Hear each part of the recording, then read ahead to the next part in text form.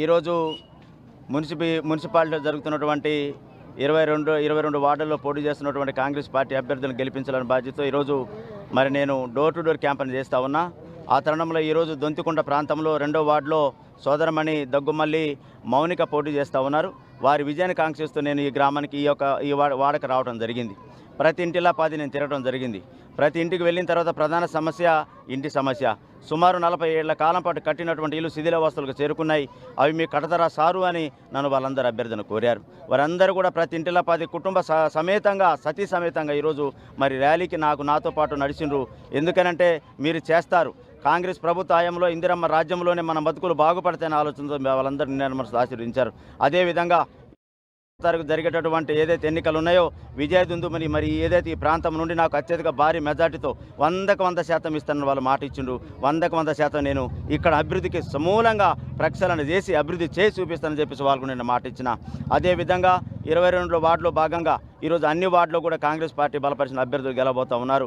ఎందుకంటే కాంగ్రెస్ ప్రభుత్వం చేస్తున్న సంక్షేమ పథకాలు ఈరోజు ప్రజారంజకమైన పాలన ఇందిరమ్మ రాజ్యం అద్భుతమైన పథకాలతో ముందుకెళ్తా ఉన్నాం. కాబట్టి నిరుపేద ప్రజలకి ఆసరగా అండగా ఉండేది ఇందిరమ్మ రాజ్యం కాంగ్రెస్ ప్రభుత్వం చెప్పి తెలియజేస్తూ ఉన్నాను.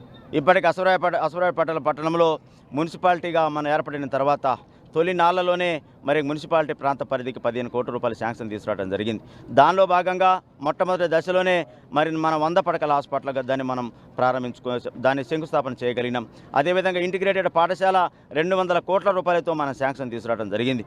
అదేవిధంగా ఈ ప్రాంత ప్రజలకి దొంతికొండ చెరువుని ఆధునీకరణ చేసి దొంతికొండ చెరువును సుందరవందరంగా చేసే ఉద్దేశంతో 5 కోట్ల రూపాయలు నేను వెచ్చించి ఈరోజు చిన్న పిల్లలు చెరువు గట్ల మీద ఆడుకోవడానికి చక్కగా ఒక ప్రాంతంగా జలాశగా బోటు శిఖర్ లాంటిది కూడా ఏర్పాటు చేసి దొంతికొండ చెరువుని ఆధునీకరణ 5 కోట్ల రూపాయలతో నేను చేయబోతా ఉన్నాం.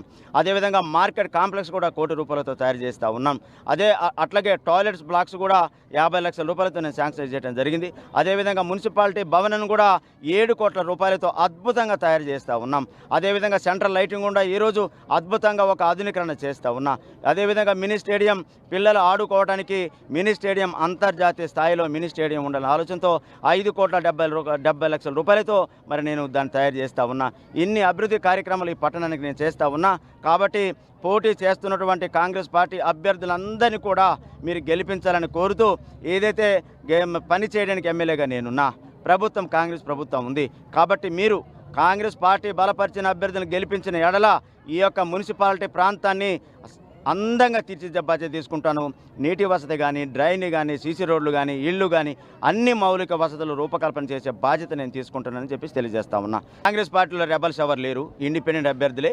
కాంగ్రెస్ పార్టీలో రెబల్ అభ్యర్థులు ఎవరు లేరు. వాళ్ళు వ్యక్తిగతంగా ఇండిపెండెంట్గా పోటీ చేస్తున్నారు తప్ప రెబల్స్లో కాంగ్రెస్ పార్టీ తరఫున రెబల్స్ లేరు. అలాంటి పరిస్థితి వస్తే కాంగ్రెస్ పార్టీ నుండి సస్పెండ్ చేస్తాం. కాబట్టి రెబల్స్ అభ్యర్థులు ఎవరు లేరు, ఎవరు కూడా రెబల్స్ అభ్యర్థులు ఎవరు కూడా పోటీలో లేరు అనేది కూడా తెలియజేస్తా ఉన్నా.